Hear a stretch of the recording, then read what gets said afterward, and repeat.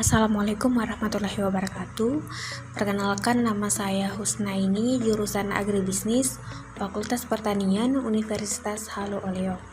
Baiklah, di sini saya akan menjelaskan tema yang berjudul Rencana Strategis Kementerian Pertanian 2020 sampai 2024.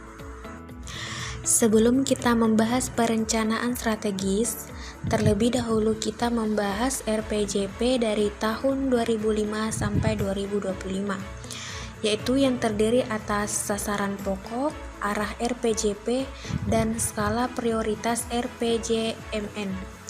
Untuk sasaran pokok RPJP, salah satunya adalah terwujudnya bangsa yang berdaya saing untuk mencapai masyarakat yang makmur dan sejahtera. Dan skala prioritas RPJMN dari tahun 2020 sampai 2025 adalah percepatan pembangunan di berbagai bidang untuk menunjang perekonomian dan SDM yang berkualitas dan berdaya saing. RPJMN sebenarnya dimulai pada tahun 2005 sampai 2009, tahap 1. Tahap 2 pada tahun 2010 sampai 2014. Tahap ketiga 2015 sampai 2019, dan sekarang tahap 4 pada tahun 2020 sampai 2024 dengan 3 kata kunci, yaitu struktur perekonomian yang kokoh, keunggulan kompetitif wilayah, dan sumber daya manusia yang berkualitas.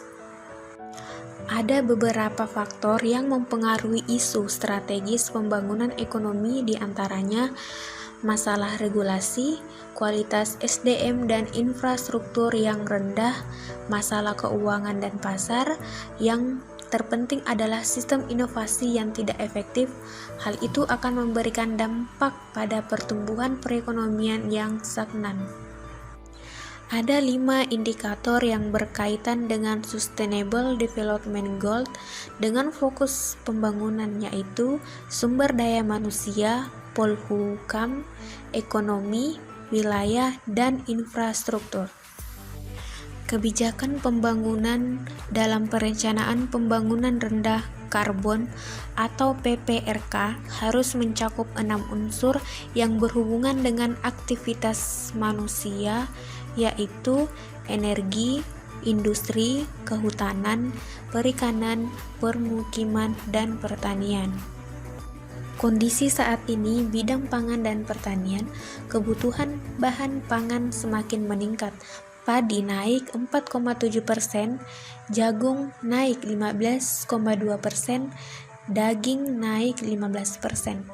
Kemudian harga komoditas pangan relatif tinggi dan cenderung meningkat, dan cadangan beras terus menurun. Melihat kondisi pangan, pertumbuhan gizi masyarakat, dan PDB pertanian, maka arah kebijakan yang perlu dilakukan adalah menyediakan pangan utama dalam negeri, meningkatkan SDM, meningkatkan kualitas gizi masyarakat, menjaga ekosistem pangan, pertanian, dan perikanan.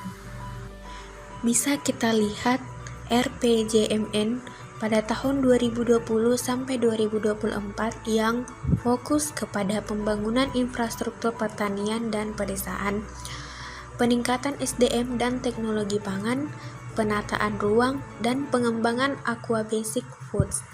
Dan visi pembangunan tahun 2045 bidang pangan dan pertanian, adanya sistem pangan yang produktif, efisien, berkeadilan, dan berkelanjutan.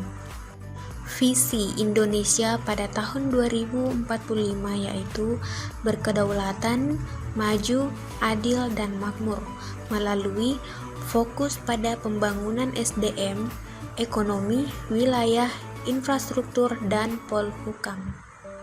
Visi pertanian pada tahun 2045 sebagai lumbung pangan dunia pada tahun 2045 melalui peningkatan produksi pangan dan pertanian, penguatan sumber daya pertanian, peningkatan daya saing dan inovasi, penguatan reformasi dan birokrasi.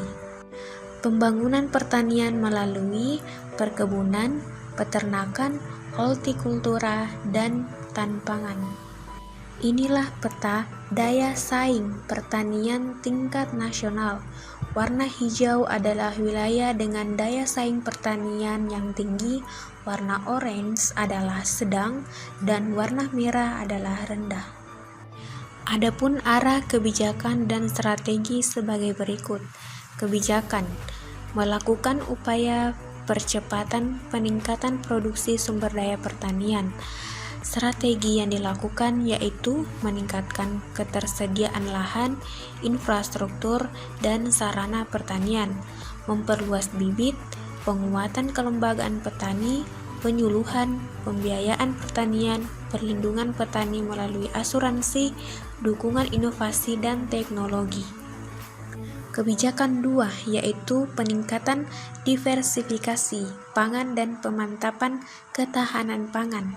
Strategi yang dilakukan yaitu meningkatkan ketersediaan pangan dan penguatan kelembagaan pangan, mendorong kemandirian pangan di level kabupaten, menciptakan konsumsi pangan berbahan sumber daya lokal. Kebijakan 3 yaitu pembangunan dan pendekatan wilayah, gender, dan kerjasama internasional. Strategi yang dilakukan yaitu pengembangan kawasan pertanian, pengembangan daerah perbatasan, kerjasama bilateral, regional, dan internasional. Dan pada kebijakan 4 yaitu memperkuat faktor pendukung kesuksesan pembangunan pertanian. Strategi yang dilakukan yaitu peningkatan SDM, pengelolaan regulasi, pemanfaatan teknologi informasi dan komunikasi, dan mengelola sistem pengawasan. Dukungan kebijakan lintas sektor diantaranya yaitu kebijakan fiskal, industri, kelembagaan masyarakat, infrastruktur, investasi, dan Internet of Things. Sekian dan terima kasih. Assalamualaikum warahmatullahi wabarakatuh.